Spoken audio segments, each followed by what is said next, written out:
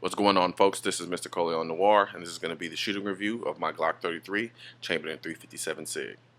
Now, the 357 SIG round is kind of synonymous to that mysterious girl who's really attractive, and you don't really know much about her, but something about her tells you probably shouldn't date her, but you do it anyway, and then end up realizing you ended up with more than you ever bargained for. Well, that's kind of what the 357 SIG is for me.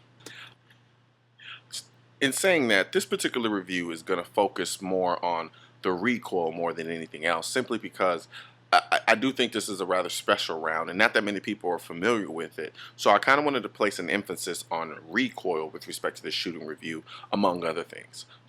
So with that being said, let's get into the review.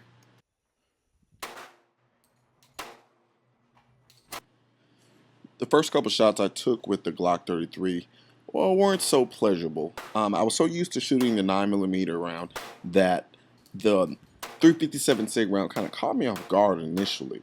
But as I started to shoot more rounds through the firearm, I started to become more accustomed to it, and it wasn't so much of an issue.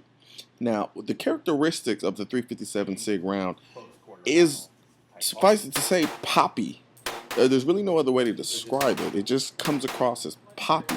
It is stout, it is noticeable, it is no slouch whatsoever, but it isn't as snappy as the 40.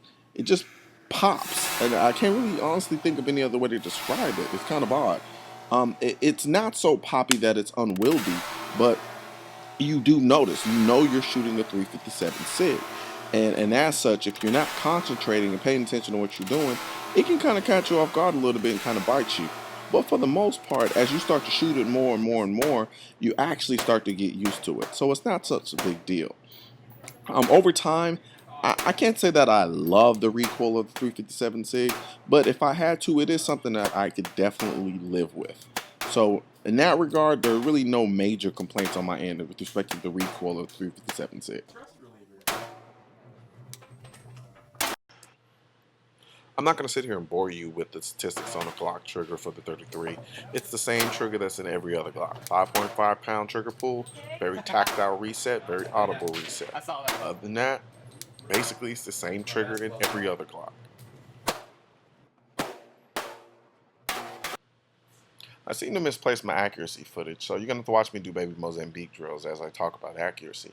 Now, 357 SIG round is very fast, and so thus it has a very flat and straight flight path. And so it makes the gun pretty easy to shoot, even though I was shooting kind of low. I was easily able to adjust that and fix it accordingly. But for the most part, from as far as a combat perspective, it's very accurate for what it is. Now, the thing about 357 SIG is this. I liked it. I really did. I enjoyed shooting it. Like I said before, I was impressed with the ballistics that I've seen from this gun. And I have to say, I was really surprised at how the Glock 33 platform was able to handle a 357 SIG round. Initially, I didn't like it. It took me a second to get used to the recoil. But after I did, I started to enjoy it. I really enjoyed rapid firing this gun for some reason. I just wish that there were more rounds out of this platform, considering it is the size of a Glock 26 and Glock 27. Now, the thing about it is this 357 SIG is very expensive, and feeding this thing is really going to put a dent in your pocketbook. And can I say that this gun is spun enough to justify the price in ammo? Absolutely not. But let the price come down, I most definitely would be running the 357 SIG. It is a joy to shoot. I really did enjoy it.